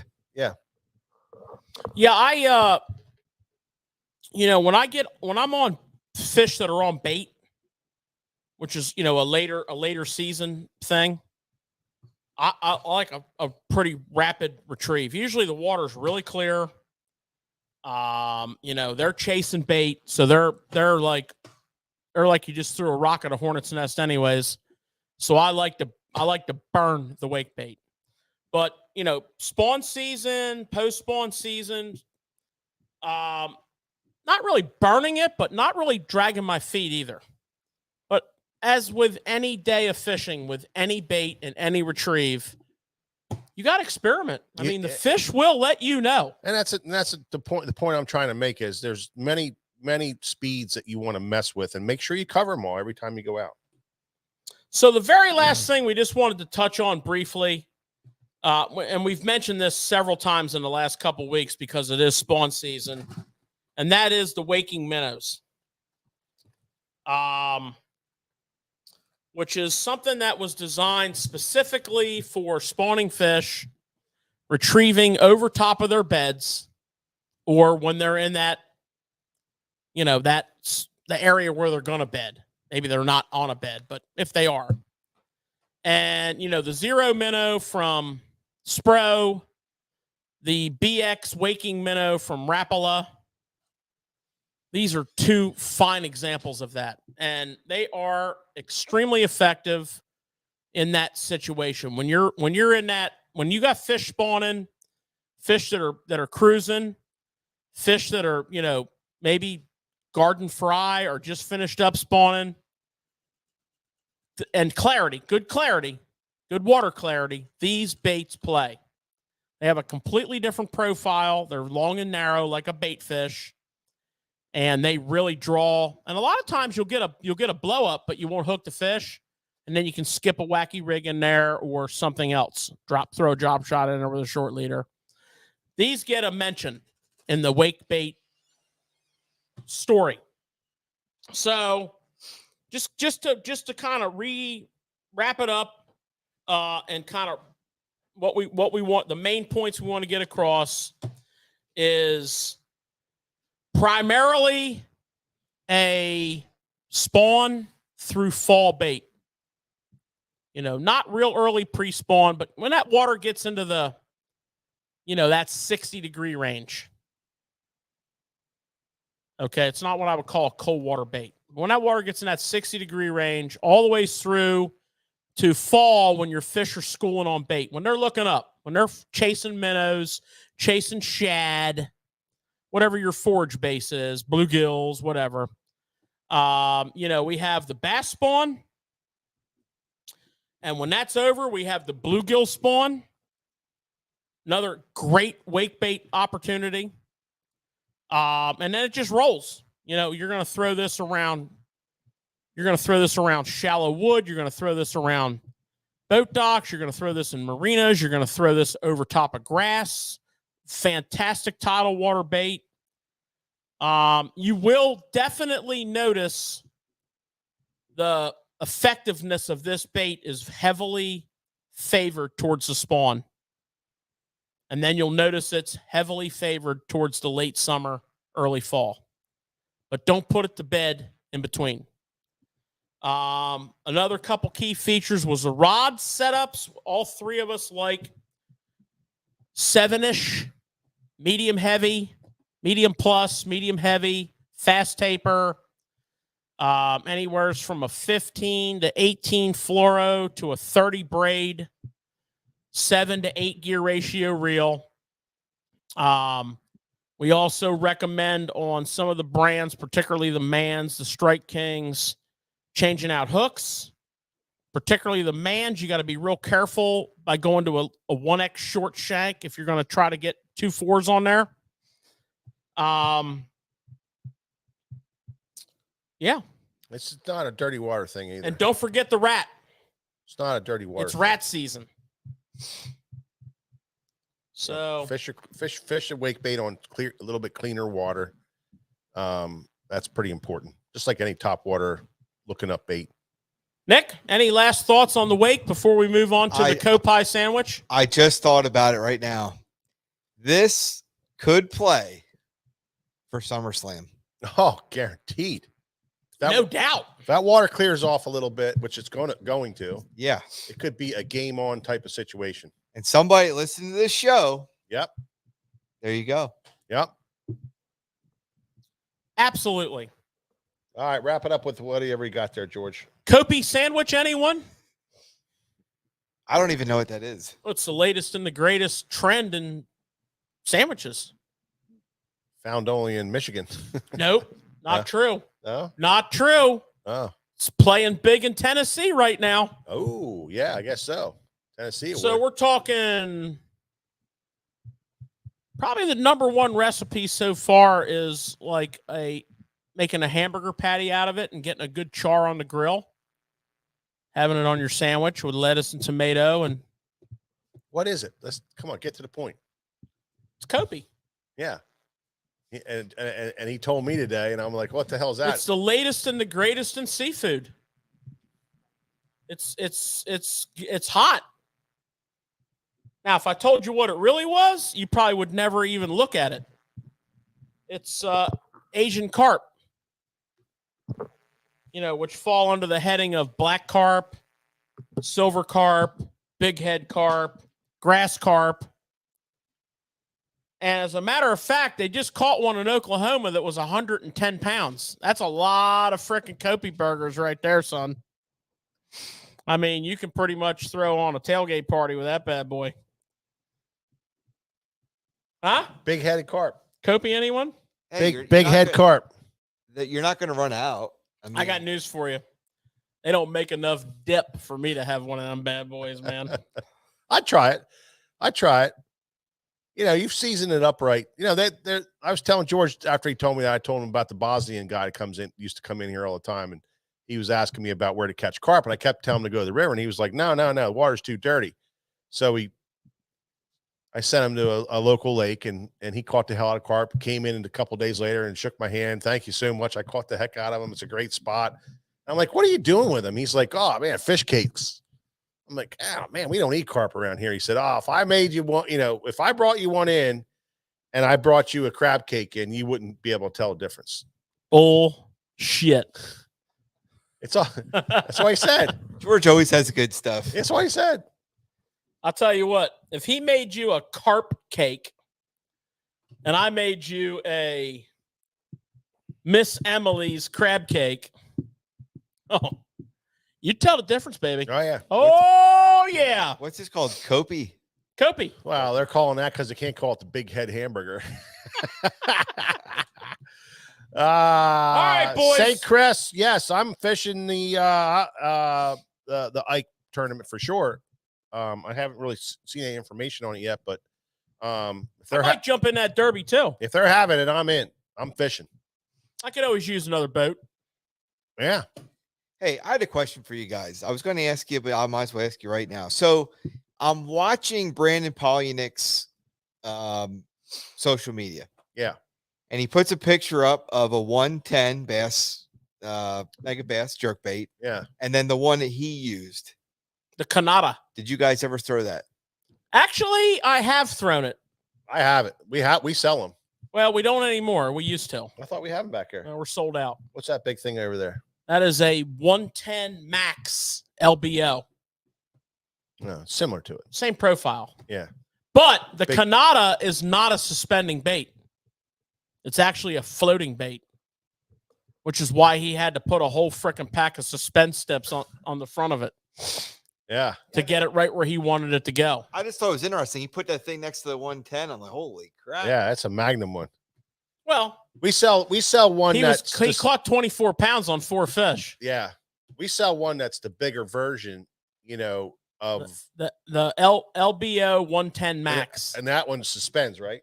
That suspends. And That's that's got the same, basically the same Yeah, profile. it's pretty damn close to what it is. Because I thought that's what it was when he was throwing it. The Kanata is a little taller. Yeah. Not a whole lot, but it's Not a whole little lot, but it's a little bit. Yeah. But anyways, All right. Okay, guys, get involved with the tournament. This is where we still got time. We got 2 weeks. Buy-in still going on strong. You can come to the shop and buy here at the shop, or you can go online and buy your stuff online and get the application downloaded from the website. Send it in to us. You're not gonna regret it. If you guys are on the fence about fishing a tournament and you just don't know and you don't want to be a donator or think you're going to be a donator, this is a win-win for everybody. Everybody wins this tournament. This is going to be gangbusters. So much fun. We have such a good time. If you're worried about what to do and how to do it, we have guys at the tournament explaining it to you. They understand that there's a lot of first timers that don't really know what to do. We walk you right through it. It's really not that difficult. We will walk you right through it. It's a lot of fun. If you have any questions, call the shop here. We'll answer them. We just want to get more people involved with tournament fishing just to see what it's like. Experience the thrill in the morning, experience the thrill of catching fish under pressure, and experience the thrill at weigh in when you weigh a big bag in. That's why we do this. This is why we're doing this type of tournament. So that everybody wins and it's not a loss for anybody. And you can go out there and have a good time and catch a bunch of fish. Andrea Zini, she's here on. You could see her checking in right there. They won it. They won it 2 years ago. Her and her husband, the Zinis, they won it and had a great big old bag of fish. So it's just a great time. It's a good time. I'm sure they'll be here again this year. So check it out. All right, Nick, we're going to wrap this up. Until next time, everybody, thank you so much for stopping by. Another edition, Tackle Shop Live. We'll see you.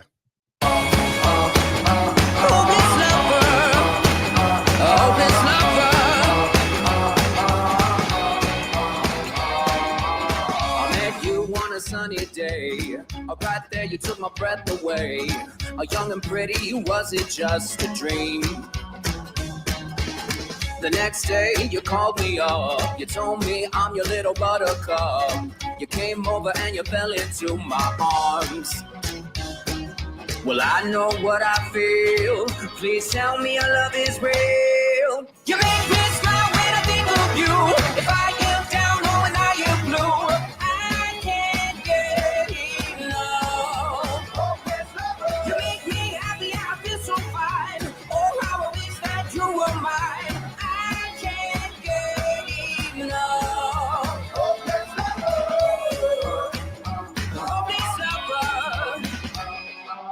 I woke up all soaked in sweat, with chills running down my neck. I'm going crazy from just the thought of you. A long blonde hair and your beautiful smile. Your sense of humor makes it all worthwhile.